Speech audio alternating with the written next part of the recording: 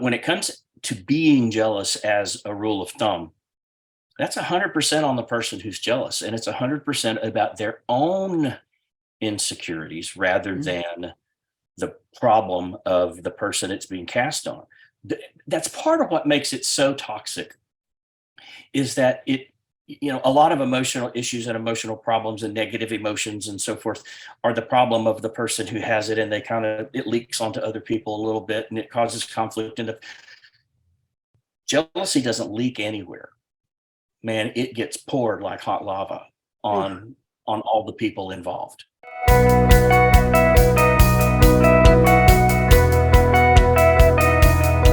Welcome to another episode of What to Say and How to Say It. Today, we're going to be talking about, a really green and ugly emotion and nasty experience for most people. That's Kyle's evil laugh there. I'm with, licensed professional counselor Kyle Hargrove. We're going to be digging into the topic of jealousy. Are you jealous? Have you been jealous? Have you been around somebody that's jealous? Guess what? That particular trait can destroy your relationship and you. It'll make it crazy. So let's get into this thing. Pretty toxic stuff, jealousy. You ain't just whistling Dixie. Jealousy is, I think, it's the kind of toxin for which sometimes there is no antitoxin, or at least it feels that way when you're on the other side of it. And let's just get this out of the way, okay? We cannot broach this topic without saying it ain't easy being green. No, Kermit the Frog. Yeah, it ain't easy being green. It's a lot of work, it's.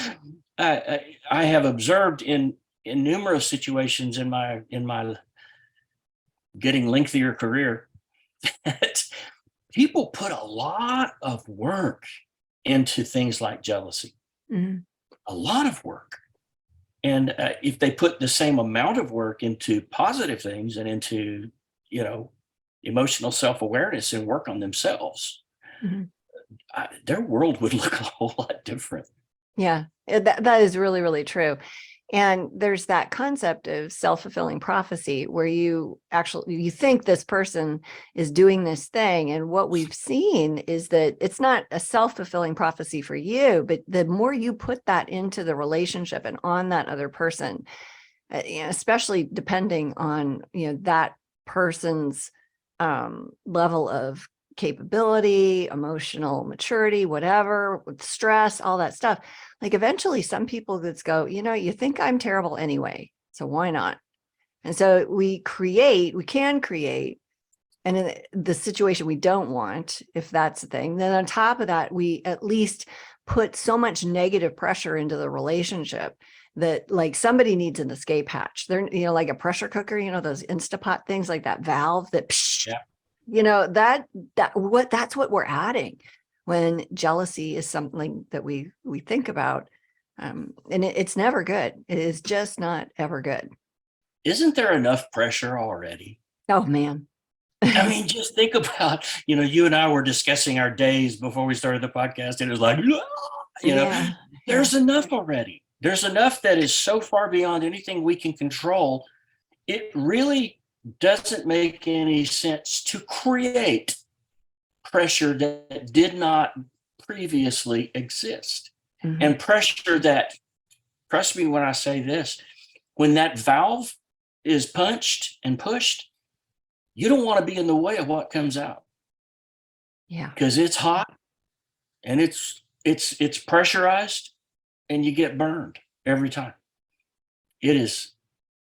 Jealousy packs a punch emotionally that few other emotional issues that we might talk about on a podcast such as this one, it packs a punch that few other things do. It has an ugliness that surpasses most negative emotional issues.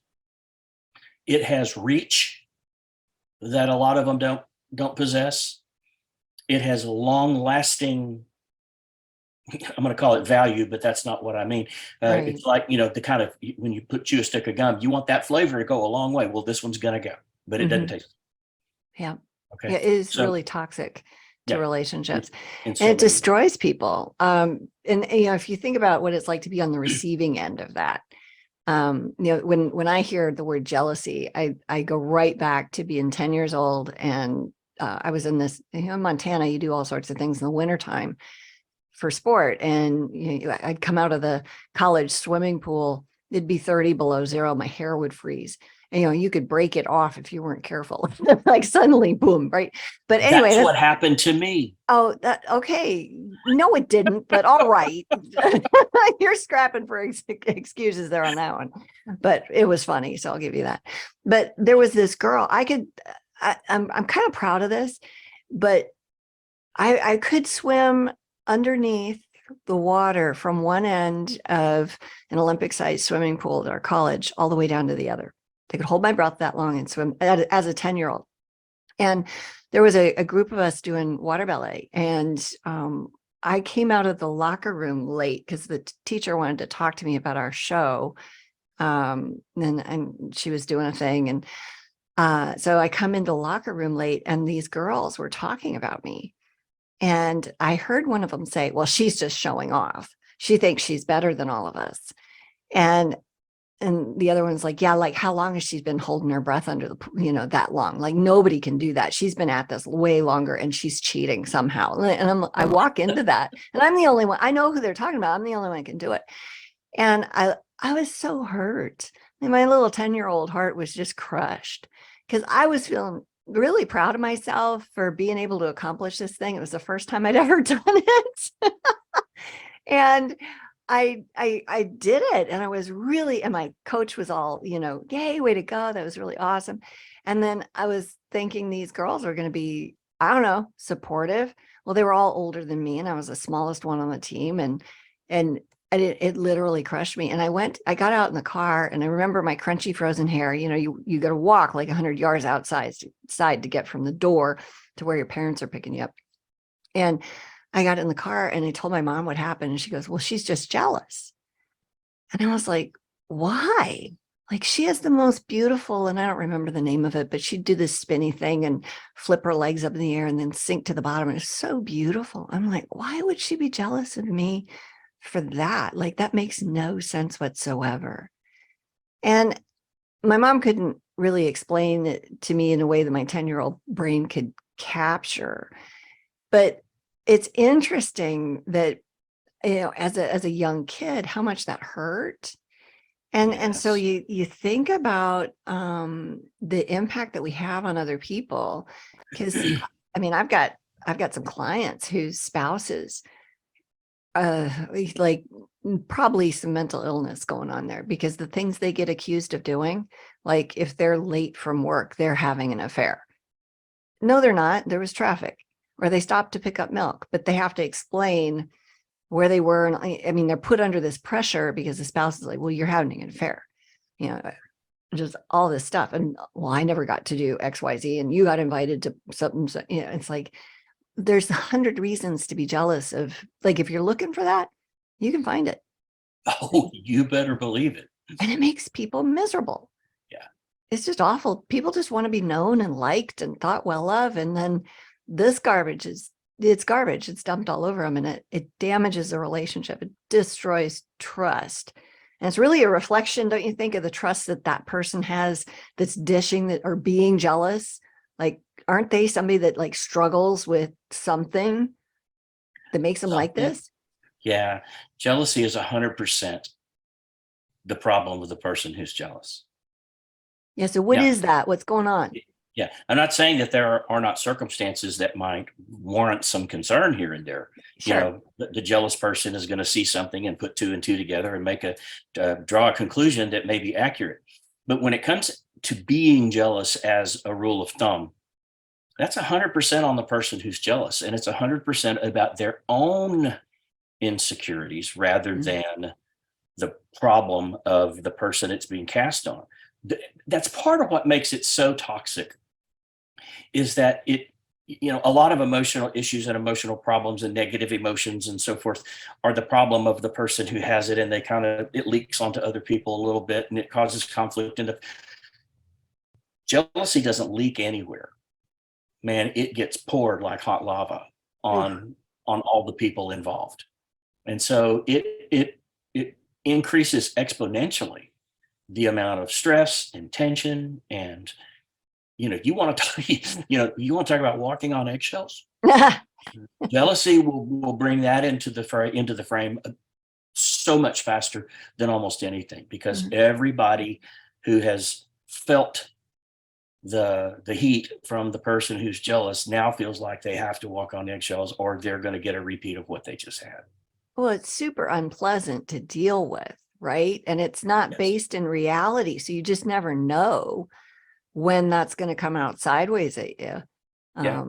Yeah. And let's make sure that we don't get jealousy confused with anything else, because there's a lot of words in our dictionary that we use synonymously, which really aren't the same thing.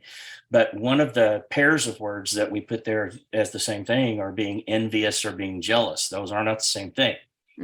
Envious is usually about a possession. Maybe it's about a relationship. I don't know, but it's an I want that kind of thing. I think we learned that from Brene Brown, most specifically. You have something I want, and I will do just about anything within my power to get it. That's the person that's consumed. That's a compulsive, envious person. I don't know what that verb would be, but anyway, the person who is consumed with envy. Jealousy, on the other hand, is a hostility. Jealousy is more of a thing that says, I perceive that you have an advantage over me, and I'm hostile toward you about that. I perceive that you are creating a scenario that's advantageous to you and disadvantageous to me. And part of me doesn't like part of you because of it. It starts that way. Ultimately, it's consuming, and there's no part of you to it. Wow. It seems kind of rooted in hatred. Yeah, it's like a cancer. It really is a malignant one, and it spreads and it spreads and it spreads. And until the person who has the jealousy understands that their misery is being created by themselves, to begin with anyway, it doesn't get any better. Right. It may hide for a little bit, but it always comes back. And rarely does jealousy come back in a smaller or less consuming form than it did before. On the other hand, it comes back in a bigger, more magnified way. Oh, talk more about that. What do you mean? Well, you mentioned earlier, the individual that may, live in a metropolitan area, and the traffic can be different on a given day. One day to the next, there can be an accident, there can be construction, there can just be a whole lot of people wanting to go to the same place at the same time. And so if there is a spouse who is home and the other one comes home late, and they say, why are you late? And who were you with? And what were you doing? And maybe you have this conversation saying you need to relax. This is not, not always the best words to use. I get that. But, but you're creating a problem where there's not one. Okay. So it goes away and you don't see it for a couple of weeks, and then it happens again. This time, instead of being 15 minutes late, you're 20 minutes late. Same reason. The exit was closed because of construction. I had to go around. So did everybody else, by the way. I got home late. There it was. But when it comes back the second time, it's never less intense than it was the first time. True. Yeah, this is what do we call it? The law of diminishing return kind of a thing. Whatever benefit I got out of being jealous last time is not enough this time. It has to be more. It has to get bigger. It has to be more intense. I have to be more right this time than I was last time, even though I'm not right either time. Yeah. Wow. No, that's legit. And then the things that, because it's within the person who is jealous, the so-called evidence for these things oftentimes gets smaller and smaller. Yeah. So In reality, exactly. Right. Assuming you're not actually, off murdering people and, Yeah.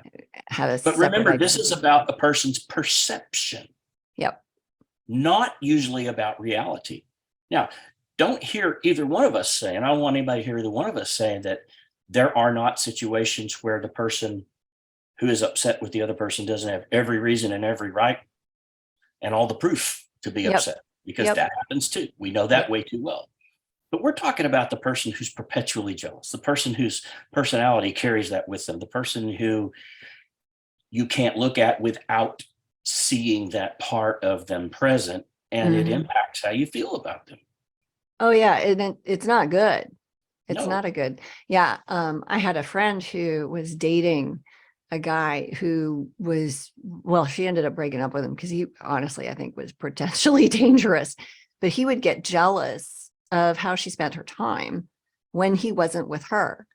And it was like he started questioning everything around all of her friends, and she got to a point where she said, well, I can't go because so and so doesn't want me to, and he gets jealous. And I'm like, hold on, like, you're not going to go hang out with us because you're afraid of what your boyfriend thinks. Think about that for a second. Like, how controlling is that? She's like, well, yeah, I just don't like to make him angry. I said, why are you dating him? Like none of this sounds good at all. Like, yeah. She ended up finally breaking up with him, but it got to the point where if she was walking with somebody, we all went to the same church, and if she was walking with somebody, and especially if it was of the opposite sex, even if they were there with another person, you could see him out of the corner of your eye, and he was just glaring like daggers. And I thought, this guy is dangerous. Like, there's something not right. And then she'd hear all about it. And she wasn't doing anything, nothing wrong. She's walking with another friend who's with their spouse, boyfriend, whatever. And this is happening. Like, it's not healthy at all. And he, of course, thought it was perfectly normal and that she was the problem. So, and thank God she had us for friends, because that was the end of that after a while. Like, Yeah. no joke. Have you ever heard the condition called the church mouse spouse? No. It's a real thing. Imagine this. I don't think you'll have to imagine. I imagine some people who have talked to you about this. Let's say a couple joins a church, and it's two wonderful people. They have a family, they have kids, they love the church, everything looks great, and they're so excited about it. And as time passes, one of the people is more assertive in terms of what they want to do in terms of service in the church. Maybe they want to sing in the worship team, maybe they want to be in the band, maybe they want to be an usher, maybe they want to a lot of different types of things. The other person is satisfied to be in a position of support. Let me help you be the best that, maybe the best teacher, the best, let me bring the snacks for a party. Let me organize things and, things like that. Yet one day, suddenly this person sees themselves, and they get tired of seeing themselves as such and such's husband or so and so's wife. Yeah. And they say, I don't have an identity of my own. And that becomes, an insecurity that roots itself. And it doesn't get uprooted without intention. Gotcha. But once it's rooted, then they look at their own spouse as someone, who is more secure, who is more able, and so what that tells me, if you're more able than me, that's telling me I'm not as able as you. Interesting. If I'm taking part in that train of thought, then suddenly everybody loves you and nobody cares about me. Okay, this becomes my problem. This becomes my insecurity. This becomes now something I become jealous of you about, and then I make it yours. Gotcha. Wow. So even in the places that we feel like are most sacred and most protected, and this is where, the church, for crying out loud, there are no problems in the church, right? No, I didn't. Ever. Sure. And I'm not picking on the church. Yeah. Our churches get their share as well. but the places where you feel like this is the place our family comes to be together and to be bound together and to become stronger and greater for for the kingdom and things like that. And then even those places can bring about these insecurities and the things that bring out the worst in us rather than the best in us. Mm, yeah, for sure. That insecurity thing, it'll eat you. As a lack of identity, knowing who we are in Christ. Yep. It's the most important thing we have. Go ahead. I think jealousy is one of those things that makes you blind. How so? Well, your perception is of what you believe, not necessarily of reality. Oof. And so if you're not seeing reality, then you're blind to what's really going on. You're seeing what's happening in your mind. It's like a movie in your mind that nobody else sees but you. It's what blinds you to the reality and that's having light shown on it. And it's a sad thing. It is a sad thing. And it golly, like we don't even know this is happening, but 1 John 3:8, part B, like this is just ringing in my ears all over the place right now. And that is, so the Son of God appeared to destroy the works of the devil. And it's like, to me, that verse is like, wow, because God sent his son to derail the enemy. Well, how does that work in a first world country? It's not like we're hungry, cold, none of that. What's actually happening is it's in our ears, it's in our head. And so in a moment, I can choose to listen to the Holy Spirit, or I can choose to listen to the enemy. And if I listen to the enemy, and I think jealousy fits in, that's one of his tools in his toolbox, right? Then I'm going to go down this path where I'm helping him steal, kill, and destroy, usually a relationship or another person through the execution of that. So not good stuff at all. The dichotomy just struck me as you were talking about that, about talking about us, being a first world country and, having mostly first world problems, frankly. How when you compare us to a third world country or a third world region, how, the things that destroy them are because of their third world status. The things that destroy us are because of our first world status. Entitlement, not what we have, but what we don't have sometimes. Yeah. And what we want. Yep.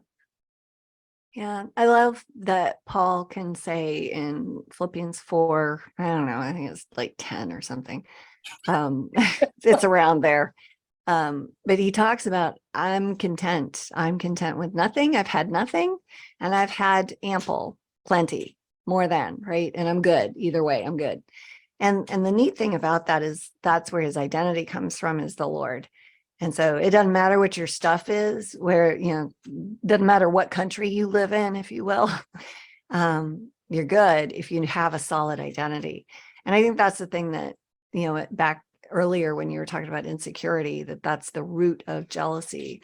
We don't know who we are in Jesus. And so we have even hostily, angrily so, and have this intention around somebody else that has. And so that is pure evil, and it can destroy things. And we need to check that, because it's one thing to admire somebody for, hey, great. Oh my gosh, your car is like super awesome. Like I've got a number of people, I admire their horses and the horse they just bought or whatever. I don't envy any of that. I don't have any jealousy towards it whatsoever. I feel blessed that I get to ride it all. Like, just like, woo, good for me.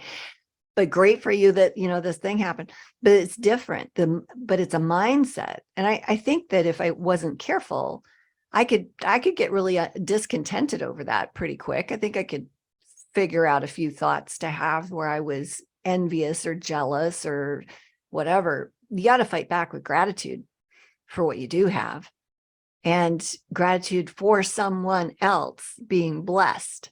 I think that matters. That's a mindset that we need to have. Yeah. And let me, kind of give a parting thought here of when we talk about jealousy from the standpoint, of if you're this person, it's imperative. It's important that you understand the difficulty that you not only cause yourself, but that you cause others because of it. Also understand that there's probably a reason for it. And although that reason may not be your fault, it is your responsibility to do something about it so that you don't spread and share your difficulties and struggles and toxins with other people. Mm-hmm. There may be valid reasons that you're insecure, that things that happened a long time ago, things that people said, things that people did.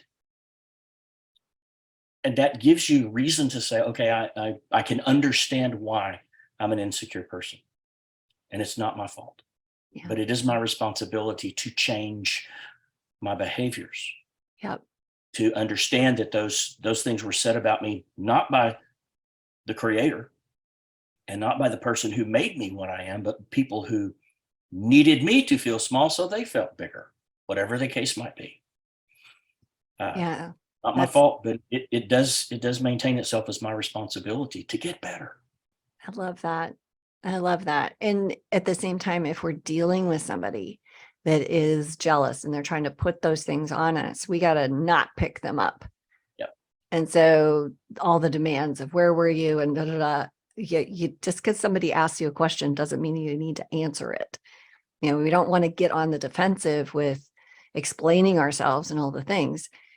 I would encourage people to respond back with a question. What is going on inside of you right now that you are this concerned about the traffic keeping me 7 minutes past when I said I was going to be here? Like, what's happening inside of you? And validating that to calm it down. And if it happens a lot, it's going to impact the relationship. And at that point, you can say, hey, I want to encourage you to do something with this because I'm tired of how this is happening in our relationship. This isn't healthy for us. And I want more for you. You don't have to feel like this. So, and as that person, the sooner the better, because the more you take the jealous behavior, the less likely you are to respond in love and kindness, and instead, react with things that then have to be fixed as well. Yep, absolutely. Well, this was a sticky, green, ugly topic today. Yeah, whew, there are worse ones for sure. But we're glad you popped by to listen, and I hope you find another episode you can chime in or pop over and listen to. Feel free to go over to our website at greaterimpact.org and pick up our PDF on Stop Walking on Eggshells. That will help you navigate some of these difficult conversations in your life. Thanks for being here.